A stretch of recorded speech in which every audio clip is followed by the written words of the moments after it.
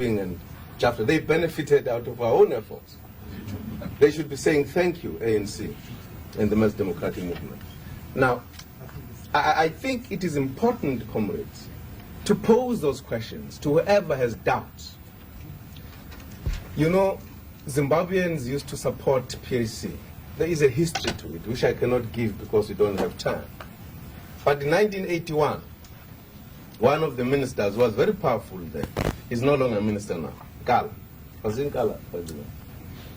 The minister Minister of Defense. Yeah. Kala. He said to his colleagues, you don't have to ask the question who is fighting in South Africa. He says you don't even have to look around or seek for information. And he was trying to say to ZANU, take the correct positions, don't make a mistake. He says you listen to the South African security chiefs and military chiefs. They will tell you who is their worry. And you look at their, what is called, punitive actions in the region. Whom are they bombing? Who are they killing? And what bases are they looking for? And he said, no, PAC. They are looking for the ANC. And you look at the history of the list of people who have died is the ANC. They are not, in fact, even worried about the PAC. Now, whether you talk about going for detention or imprisonment long-term or those on the death row, you look at every other thing. The evidence is there as to who has been struggling. I don't think some people have actually a right to say we are selling out. I think there's not even any reason for that to even enter into our mind and make us feel perhaps there is something not they are saying. They've got no right to comment about the struggle because they've been there, they've never fought it. All what you see from those quarters are the statements in the Sowetan, in the May. That's why they exist, in that paper, more than any other paper. There are attempts to promote it now and having some polls which we think are fictitious to say that, you know, there's increase in the PAC support. It has always been there. It's always a bigger problem. I think it is important, therefore, to look at our pillars as having made us to come to this point, as having made us to be recognized by the regime that we are the force. And they say it, and I think de Klerk said it. In the South African players that are busy in the stage, he said there are two major players. It looks like a dual power in the true sense of the word today. It is because of the contribution we have made through our four pillars. So we cannot, at this point in time, say the four pillars must disappear. They can't disappear. That's part of the reason what Tab was saying here.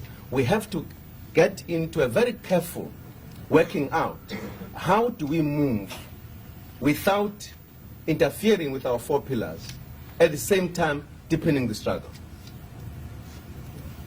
It could be perhaps referred to as a new kind of area. I think it is an element that gets sharpened at a given time. It's not a new area. It has been there. It comes at a particular point where you have got to discuss issues. And I think our effort is to ensure that these fighters come to participate in this sharpened kind of area at this point in time with their all might. Be the armed struggle. We are not going to disband MK. I think when the Deputy President said we are going to take a hard look, I think that statement was made very guardedly. That we are not abandoning our armed struggle. That we are looking at what the government is doing in relation to what it says it is committed to change, and that in the process of that, whilst looking at it, we are aligning our forces properly, and we know what to do at this given time. In other words, careful thinking. You know the history of the armed struggle.